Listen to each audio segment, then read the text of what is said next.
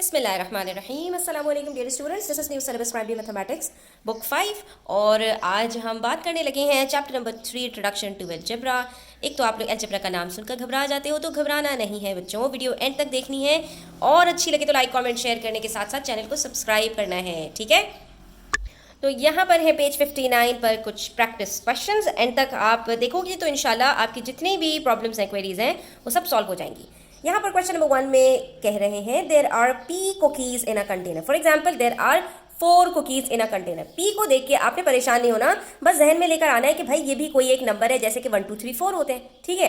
Right N algebraic expression for each of the following. अगर एक container में P cookies रखी हुई हैं तो हमें 4 अदद अलजेब्रिक एक्सप्रेशंस लिखनी है। कैसे लिखेंगे? पढ़ते जाएंगे और लिखते जाएंगे। 15 cookies are added.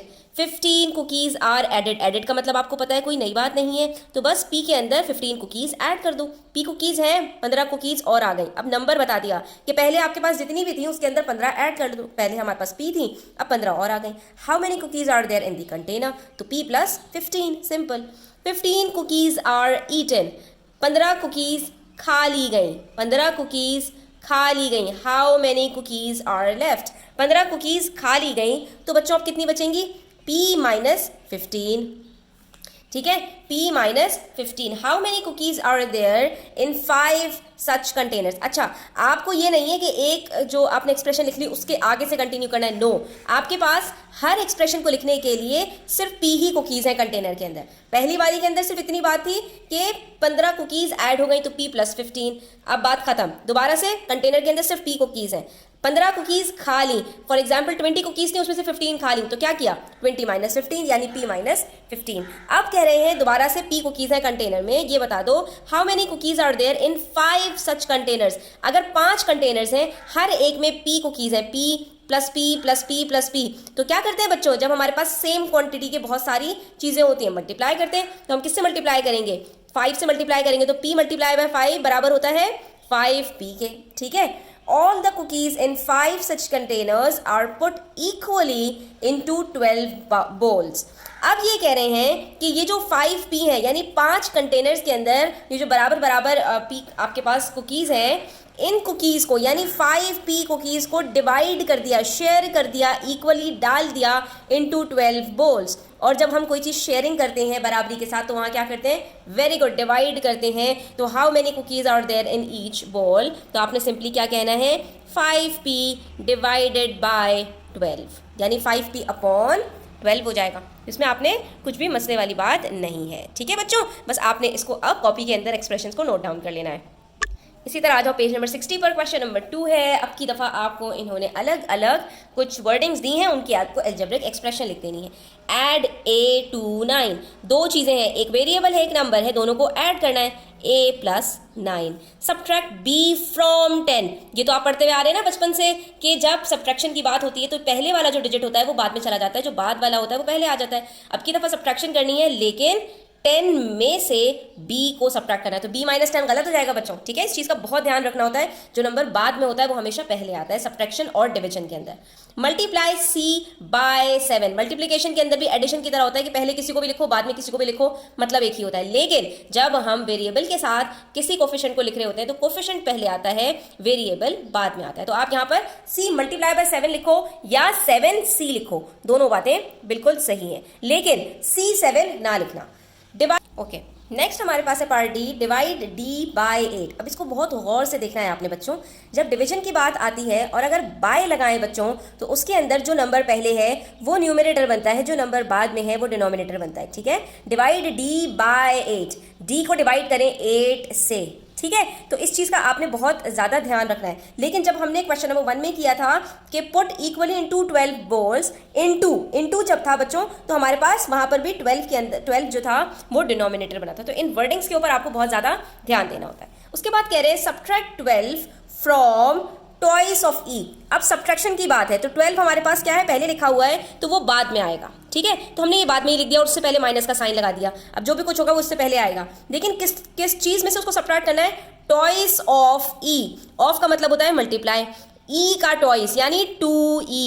2 multiply by E को सब्ट्रैक्ट करना है आपने 12 से, तो ये क्या हो जाएगा? 2E minus 12।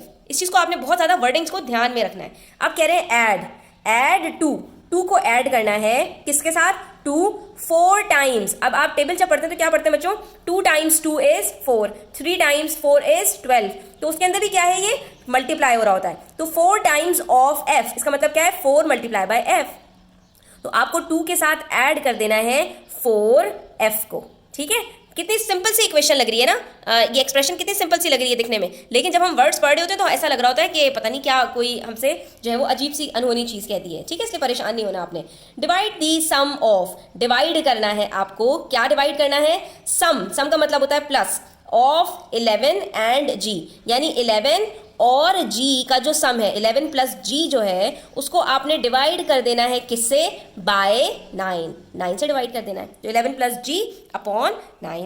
अब क्या है दोबारा, ऐड 1 को आपने ऐड करना है 2 किस चीज के साथ, हाफ ऑफ h के हाफ से। तो किसी भी चीज का जब हाफ होता है बच्चों तो क्या हो जाता है बच्चों, उसके नीचे क्या आ जाता है, अपॉन 2 हो जाता है। यानी मुझे किसी भी चीज का हाफ करना है तो मैं उसको 2 से डिवाइड कर देती हूं। तो हाफ ऑफ h क्या होगा, h अपॉन 2, यानी h जो भी है उसको 2 से डिवाइड कर दो तो वो उसका हाफ बन जाएगा। तो हमारे पास ये वाली जो h एक्सप्रेशन है वो क्या बनेगी, 1 प्लस h अपॉन 2। उसके बाद क्वेश्चन नंबर 3 है, उसमें हमसे कह रहे हैं the table below describes the number of vehicles in a car park, ठीक है। एक कार पार्क के अंदर कितने व्हीकल्स हैं हमारे पास, वो हमें यहाँ पर बता रहे हैं। Find the number of each vehicle in terms of Q, her vehicle को क्यू की टर्म्स में मालूम करना है। तो हमारे पास क्या कह रहे हैं, there are Q motorcycles, Q motorcycles हैं हमारे पास। तो हमने क्या लिखना है, नंबर ऑफ व्हीकल्स कितने हैं, सिंपल क्यू, बस ये इतनी एक्सप्रेशन है। उसके बाद there are 10 times as many cars as motorcycles, cars कितनी है हमारे पास, 10 टाइम्स ज्यादा है मोटरसाइकिल से। मोटरसाइकिल्स कितनी थी हमारे पास, क्यू, और हमारे पास कार्स कितनी है, 10 इंटू क्यू, यानी 10 क्यू। How many cars are there, तो कार कितनी हो जाएंगी बच्चों हमारे पास, 10 इंटू क्यू, 10 इंटू क्यू हमारे पास कार्स है, यानी 10 क्यू कार्स हैं। मल्टीप्लाई का निशान बीच में नहीं लिखते।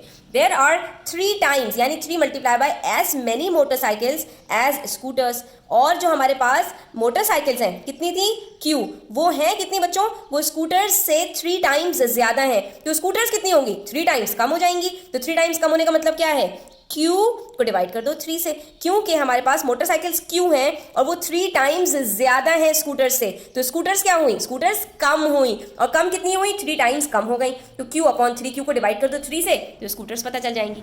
There are 51 more motorcycles than vans, जितनी भी वैन्स हैं बच्चों उससे 51 मोटरसाइकिल्स ज्यादा हैं। तो वैन्स कितनी होंगी, हमें तो मोटरसाइकिल्स बताई नहीं है ना इन्होंने, तो हम क्या कहेंगे कि हमारे पास वैन्स 51 कम है, हमारे पास वैन्स 51 कम है, और कम करने के लिए हम सबट्रैक्ट करते हैं। तो हमारे पास जब अगर मोटरसाइकिल्स क्यू हैं तो वैन्स कितनी होंगी, क्यू माइनस 51, क्योंकि मोटरसाइकिल्स 51 ज्यादा हैं तो वैन मोटरसाइकिल से 51 कम होगी। तो जो चीज़ पूछी है उस चीज़ को आपने ध्यान में रख के अपने क्वेश्चन को सॉल्व करना है, इंशाल्लाह आपकी कोई भी सिली मिस्टेक नहीं होगी।